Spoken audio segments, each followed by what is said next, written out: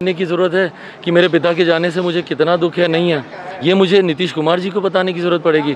But बहरहाल नीतीश कुमार जी जान रहे हैं कि जिस तरीके से मुंगेर में इतनी शर्मनाक घटना घटी, जिस तरीके से वहाँ पर श्रद्धालुओं के ऊपर जिस तरीके से लाठियाँ चलाई गई, बर्बरता से पीटा गया, गोलियाँ तक चलाई गई, ये तो जनरल डायर की भूमिका में आ गया ना नीतीश कुमार जी। जिस तरीके से जनरल डायर ने वहाँ पर जलियांवाला बाग में जिस तरीके से निर्दोषों के ऊपर उन्होंने गोलियाँ चलाई थी, उन्हें मौत के घाट उतारा था, एग्जैक्टली वही सिचुएशन इन्होंने मुंगेर में क्रिएट कर दिया। जिस तरीके, भाई किसको नहीं पता श्रद्धालु उस दिन जाएंगे मूर्ति विसर्जन के लिए, किसको नहीं पता था? सबको पता था। तो उसके बाद क्यों प्रशासन हाथ पर हाथ धरकर बैठा रहा? क्यों उन्होंने उचित व्यवस्था वहाँ पर नहीं की? जस्ट बिकॉज कि आपके एक बहुत ही रसूखदार सहयोगी की सुपुत्री हैं वहाँ की स्थानीय एसपी, इसीलिए उनके ऊपर कोई कार्रवाई नहीं होगी या इसीलिए उनको संरक्षण मिलता रहेगा नीतीश कुमार जी का, ये भी गलत है। और जिस जनरल डायर की भूमिका में नीतीश कुमार जी आए हैं, उनको भी इस बात का जवाब देना होगा कि वहाँ पर माता के श्रद्धालुओं के ऊपर गोली क्यों चली, उनको मारा क्यों गया, उसमें से एक मृतक की जान क्यों गई और बाकी जितने अस्पताल में वहाँ पर घायल हैं उसके जिम्मेदार कौन है? आज प्रधानमंत्री जी आ रहे हैं भाजपा में सभा में, क्या लगता है, उम्मीद है कुछ बोलेंगे? बिहार के विकास के लिए ज़रूर बोलेंगे और मैं चाहता हूँ, मैं सुनना चाहता हूँ कि प्रधानमंत्री जी बिहार के विकास के लिए और क्या नई बातें यहाँ पर करते हैं। बट बहरहाल पुनः वो मेरे प्रदेश आ रहे हैं, उसके लिए मैं उनका स्वागत करता हूँ अपनी तरफ से, अपनी पार्टी की तरफ से।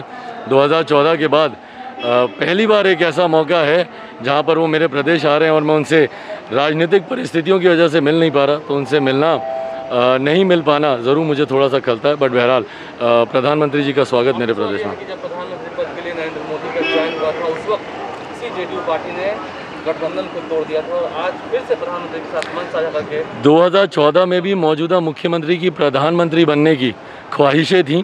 ये ख्वाहिशें अभी भी मरी नहीं है उनकी, आज भी वो किसी ना किसी चुपचाप तरीके से इस साठगांठ में है। देखिए, एनडीए में रहकर तो प्रधानमंत्री के दावेदार बन नहीं सकते।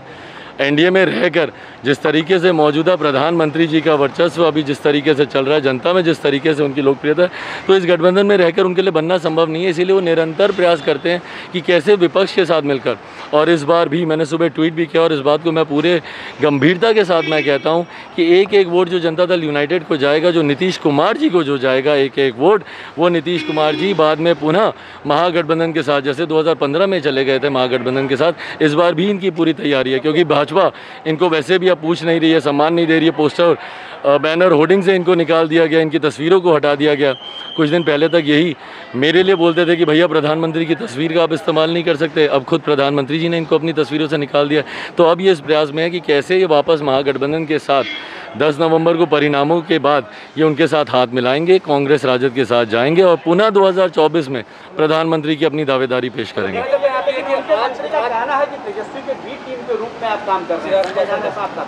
तेजस्वी की ए टीम के तौर पर नीतीश कुमार जी काम कर रहे हैं, इस बात को मैं स्पष्ट तौर से कह दूं, उनके लिए काम कर रहे हैं, उनके साथ। और चुनाव के बाद ये आप लोगों से भी छुपा हुआ नहीं है कि किस तरीके से महागठबंधन के साथियों से चुपचाप इन्होंने मिलने का प्रयास किया है, और अभी से नहीं किया, लंबे समय से किया। आप ही लोग मुझे इस बात की जानकारी देते हैं, मीडिया के साथियों से ही मुझे मिलती है कि ये प्रयासरत रहे हैं, ये महागठबंधन के नेताओं से मिले, अभी भी गुपचुप इनकी बातचीत चल रही है। और 10 नवंबर को इनके अगर कुछ विधायक जीत कर आते हैं तो ये प्रयासरत रहेंगे कि महागठबंधन के साथ जाकर सरकार बनाए और पुनः आज मंच साझा करेंगे प्रधानमंत्री के साथ, लेकिन सरकार बनाएंगे तेजस्वी के साथ। यही इनकी सोच रहती है हमेशा से।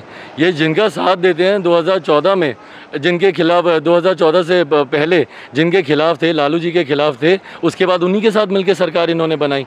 और उसके बाद हमारे प्रधानमंत्री जी के खिलाफ थे, आज उन्हीं के साथ मिलकर मंच साझा कर रहे हैं। तो जिनके साथ ये रहते हैं उन्हीं की पीठ में छुरा भोंकते हैं।